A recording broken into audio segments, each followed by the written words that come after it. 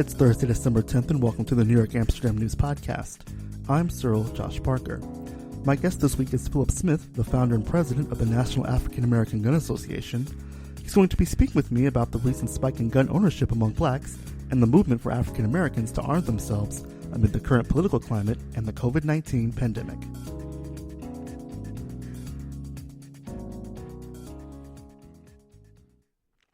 The National African American Gun Association, known as NAGA, was founded in 2015 by Philip Smith in Atlanta. The nonpartisan organization promotes gun ownership rights among African Americans. NAGA saw a spike in membership when Donald Trump was elected president in 2016. Smith attributed the growth to a, quote, political climate where people with racist views feel emboldened to talk about and act on those views.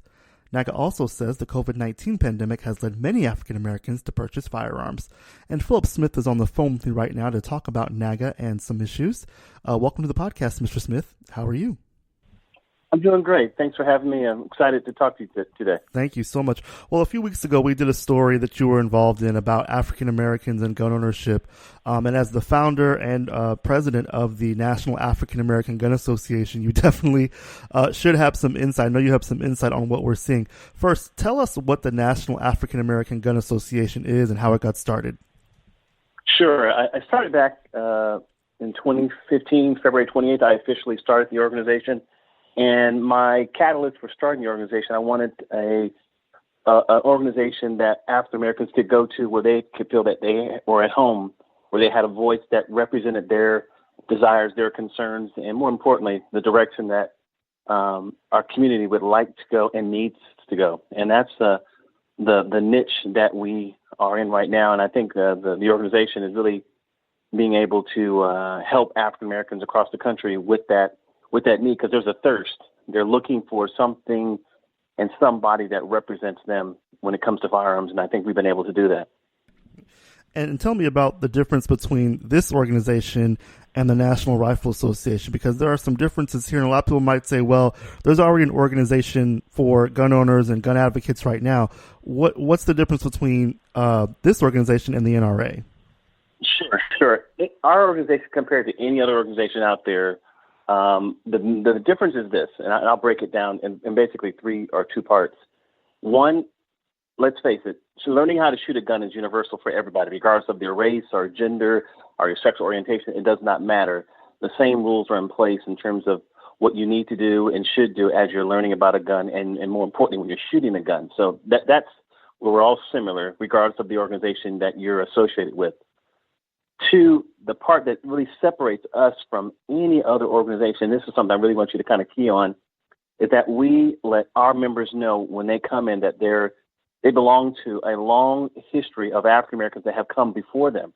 The Buffalo Soldiers, the Tuskegee Airmen, Harriet Tubman, Nat Turner, Harriet Tubman, the Harlem Hellfighters, 54th. That long list of African Americans that have died utilizing the gun. They're a part of that lineage. They're a part of that DNA, that genetic DNA that came before them, so that when they grab that gun, they understand completely that they are one of many, and that they have a responsibility to conduct themselves in a certain way, to be law-abiding, to make sure that they're able to defend their families in a legal and pragmatic way. That's the difference between our organization and any other organization out there. We let African Americans know that they belong to a greater whole, as opposed to just thinking that they're out there by themselves, alone, not having any type of support or network, because we provide that network socially, spiritually, and culturally. And I think that's the reason why we've been able to grow exponentially, because when folks come to our organization, they look at our website, they see about the history, they understand where we're going and where we started and how we're getting there on a day-to-day basis.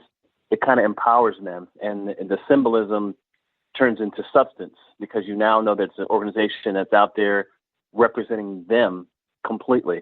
In terms of social injustice, we speak out on that. We aren't political, but we do back policies that support the Second Amendment.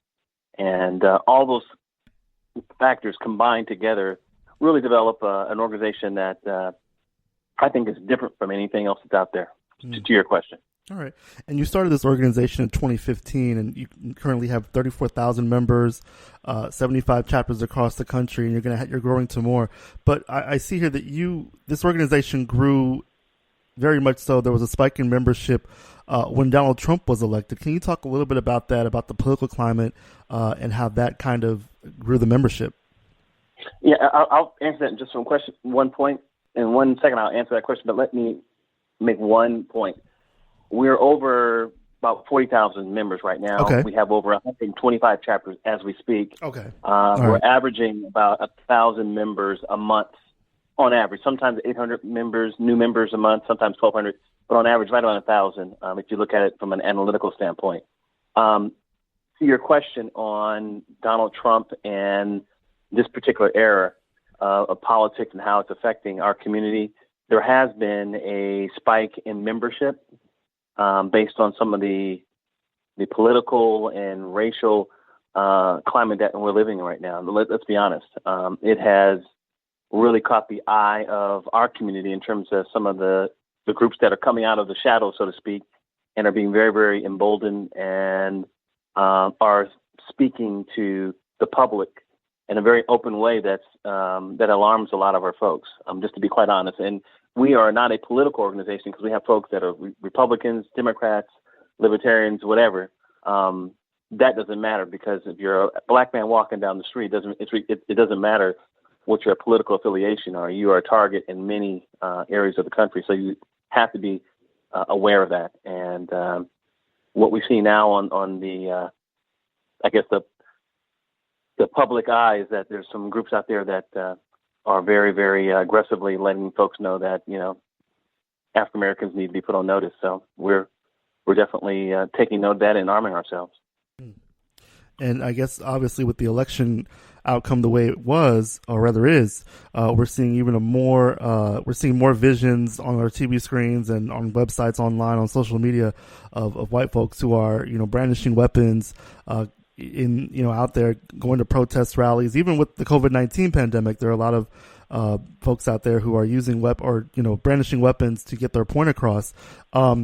What I want to ask you is, obviously you've known people who never thought about buying a gun and in the black community, and now they are. Where does that transition kind of start? What are some of the things that are starting, to turn that light on to someone to decide, hey, I need to have a weapon in my home and I need to learn how to use it? Yeah, and let me state, that most people, black, white, Asian, Latino, it doesn't really matter. Most people, for the most part, 99 and 9/10 of Americans, we just want to live our lives, raise our kids, pay our mortgages, just go about our day to day and not bother anybody and have a really fulfilling life. So that's the bulk of society. But there are some entities out there that really want to make that process not feasible for us or are not possible. And that's the thing that we're really concerned about in terms of the activity that we're seeing now and that we have to prepare for. So I just want to make sure that was clear. I'm not putting a sweeping broad brush on every person out there that is white or black in any regard, because there's some really good folks for the most part in every community that I've been able to interact with, and I've interacted with everyone. So I just want to make sure that was clear. Now your question again. Go ahead and cite that to me. Yeah, my question was, for a lot of folks, they're now thinking about buying a weapon in the black community who might not have been thinking about buying one before, and they are now. And I just want to know from you, what are some of the reasons that you're hearing for people that are turning that light on to decide that they want to learn how to use a weapon, buy one, and learn how to use one properly? That has probably been the most surprising turn of events that I've seen since I started the organization, because obviously I've had a lot of communication and discussions with folks that are pro-gun and a lot of folks that are anti-gun. And within the black community, you get some strong pushback a lot of times initially when we first started. That's changing now. But what I've seen is that the line in the sand, which really made people kind of say, you know what, we have to consider buying a gun that were quote unquote anti-gun previously, was the COVID-19. That was the game changer for everybody, because it didn't care about race. It didn't care about, where you lived, what kind of car you drove, what your political feelings were one way or the other. COVID-19 made people look at society as a whole very quickly and say, you know what? Are there going to be riots in my neighborhood? Is there going to be food shortages? Will there be total breakdown of society, mob violence, rampant disease all over the place? And will I have to literally survive for myself and my family? And the best way I can do that, or need to do that, would be to go out and buy a gun for the protection of myself and my family. That was the game changer to me. I got into many, many conversations with folks who, over the years, over the last 3-4 years, said, Phil, I like what you're doing. I don't agree with it. I respect it, but I'm not going to buy a gun. I will never buy a gun. And I've had at least 30 to 40 of those same people email me and say, hey, Phil, I'm buying a gun. Where can I go get one? The rules of the game have changed dramatically over the last 2 or 3 months. I need to buy a gun, and I'm scared for my family. When that takes place, someone has to make a quick assessment on the bottom line. And I wrote an editorial about when theory meets reality. And it's very easy to sit in a classroom on a university campus with an air-conditioned panel, with getting food catered in and talking about the theory of gun control versus, all these other things. But when reality hits you right at your front door, where you have to really consider, is my neighborhood, or more importantly, my city, going to break down where people are just rummaging through neighborhoods, killing folks to secure food? That's a different conversation, and that's what happened. And I can't tell you how many folks that I've communicated with have went out and purchased a firearm, multiple firearms, based on their fear, because of that very fear. So it's something that it's been amazing to watch from a process standpoint. It's scary, but it's been amazing to see that turn of events, that mindset change, where these folks now have guns based on the fear of the COVID-19. And obviously, you add social and racial tension and unrest that you've seen in various parts of the country now. That combined with the COVID, along with the maturation process of just some black folks who are just saying, hey, Phil, I just want to buy a gun because I want to shoot competitively, or I want to buy a gun because I want to learn how to shoot long distance, or I just want to have a gun to hunt. Those three factors together, the COVID, the social and racial unrest, along with the general maturation of our communities, has caused this exponential growth of the type of member that we're getting now. And I think it's a good thing, because folks sometimes need to get kind of rattled and really challenged on their thinking. Because I think personally, the reason why our community is in the place that it is right now is because we have not been able to protect ourselves historically. And having a gun, I think, is the best way to combat that. So. All right. I hope I answered your question. No, yeah, you did, absolutely. But I do want to ask you, there seems to be, and we've seen this historically, we're even seeing it now, that there seems to be a different set of rules when it comes to African Americans and guns. We've seen cases over and over again where African Americans have been persecuted or have been, painted as it's a bad image to see a black man or a black woman or a black person with a weapon. And I guess in many cases we've seen that the rules are different when it comes to us. What do you say to that? Because a lot of people feel that we shouldn't exercise our Second Amendment right. I say you're right on the money. I think that's the very reason why this organization, or one of the reasons why this organization exists, because that is a reality. Unfortunately, when other communities in America have guns, it's okay, it's accepted, and nobody bats an eye. But when African Americans, for some reason, when we want to protect ourselves and our family and our loved ones, there's a problem with that. Why do you guys want to do that? And I think people just have this negative stereotype that's painted on mostly all African Americans. If you have a gun with you, if you're certainly walking outside and you want to open carry, which I wouldn't advise, it's a problem. And I think that goes to the point of the history of African Americans in this country. Since the day we got here, we were denied access to be able to protect ourselves. We were officially denied process of being able to protect ourselves with the black codes, and that just has been a continuing process until now. That we're starting to fight. We're starting to change that around with groups like that I lead, NAGA, and other folks that are saying, you know what, I don't buy that. I don't believe in that. Blacks need to protect themselves just like everyone else. So we're challenging that social narrative that's been imprinted in our social DNA by some leaders and in the history of the country. And it's a very hard process. It's not a silver bullet where there's one answer that solves everything, because what you're dealing with is with people's mindset, how they perceive you. And the only way you can change that is by being diligent, being consistent, and presenting a new image as relates to African Americans. And I'm just a big believer in imagery. Show pictures of African Americans shooting together that are doctors, that are lawyers, that are teachers, that are policemen, that are military, and show us in a positive light, and flood the social media with those images, along with a lot of legal work in terms of backing those amendments and those legislation that's going to promote our community and empower African Americans. I just think we're at the point now where we can't sit back and let somebody, because they're uncomfortable with us, make us not want to carry a gun. If they're uncomfortable, that's their issue. I'm not anti anybody. I'm pro us. But we can't let another group of people or person say, hey, I'm not comfortable with those group of people having guns, so they don't deserve a gun. And I just totally disagree with that. We are not sub-Americans or discounted citizens. We are full-fledged Americans that are, to me, we're super patriotic. Our ancestors fought for this country when we weren't even considered citizens or a full citizen. So we take a back seat to no one, unapologetically.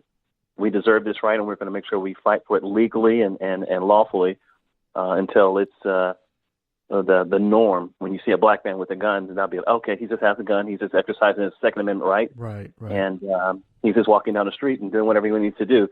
To get to that process is going to take years. Let's be honest. That's something that's not going to turn around in a matter of hours or days or months. That takes a long time to happen. Yeah.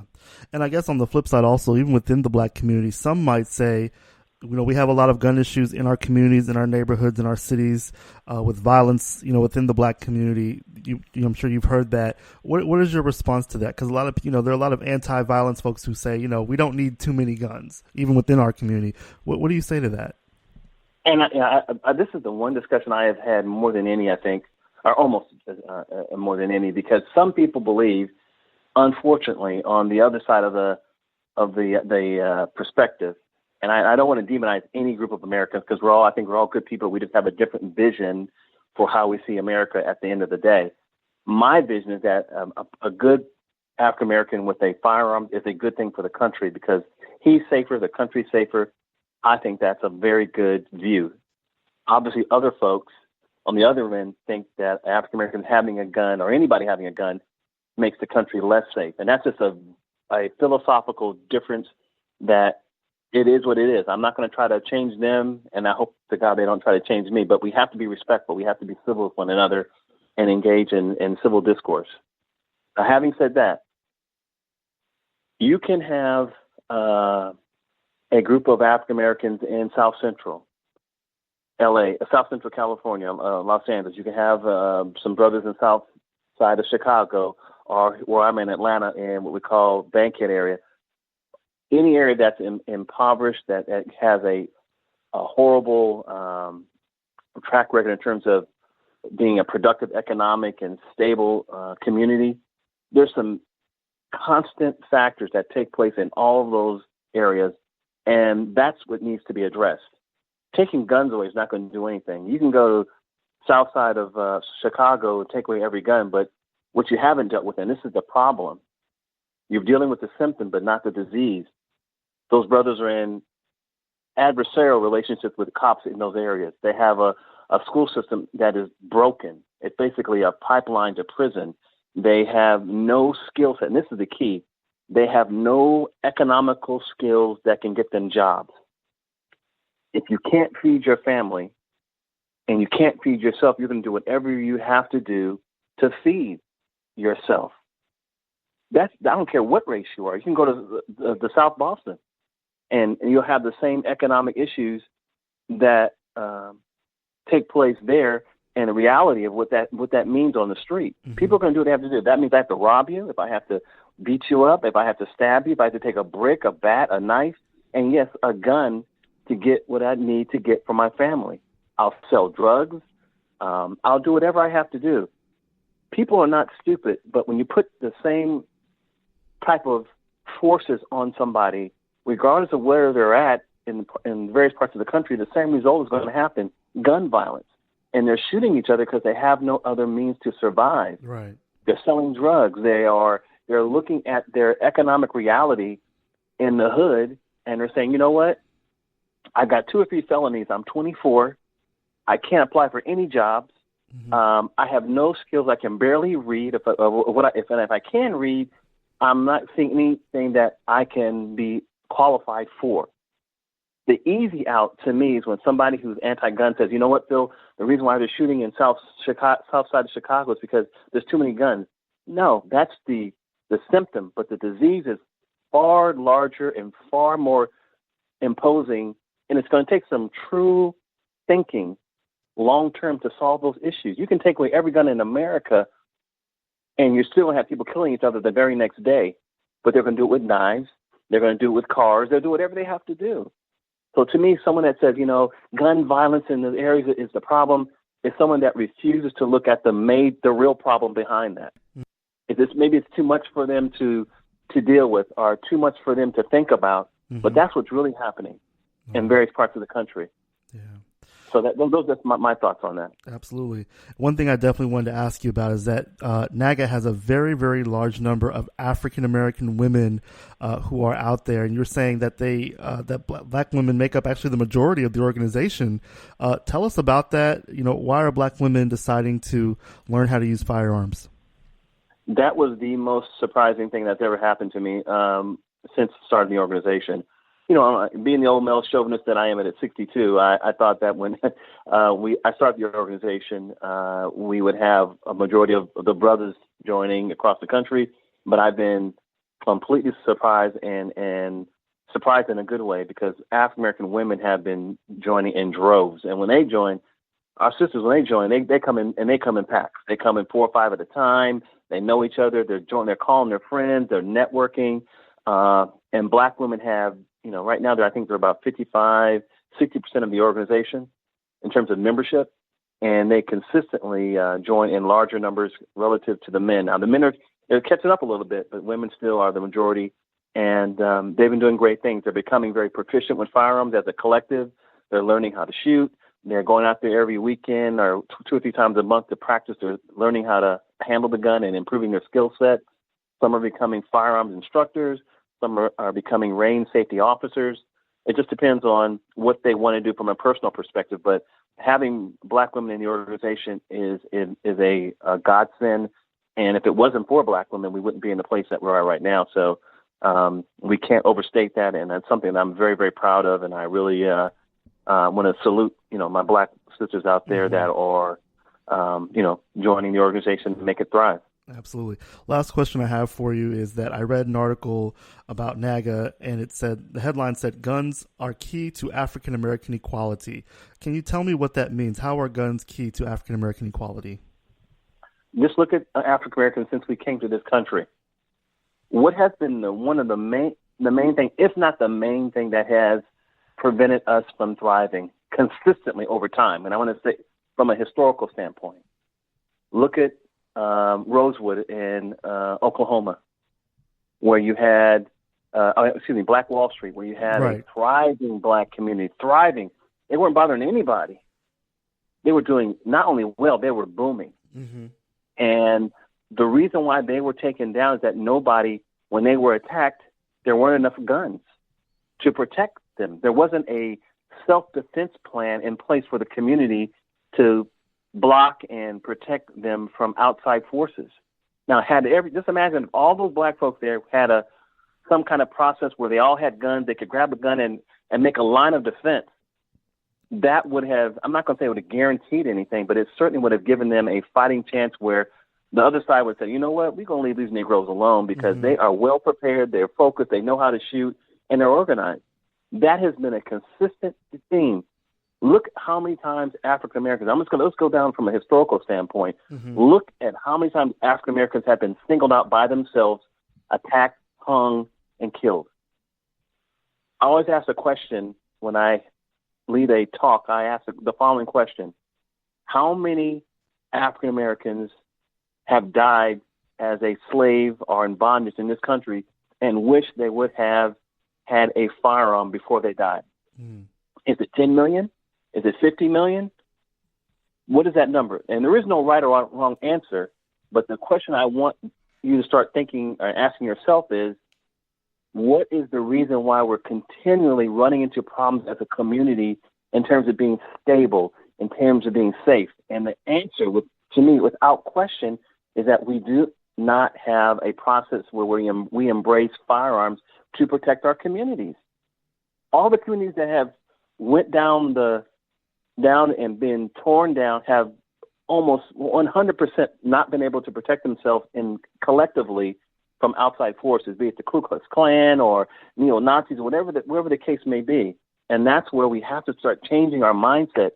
Having the gun does not mean you're a gun fanatic, but it does mean if something happens in your neighborhood, or more importantly in your house, or somebody threatening your house, you have the ability to stop that threat.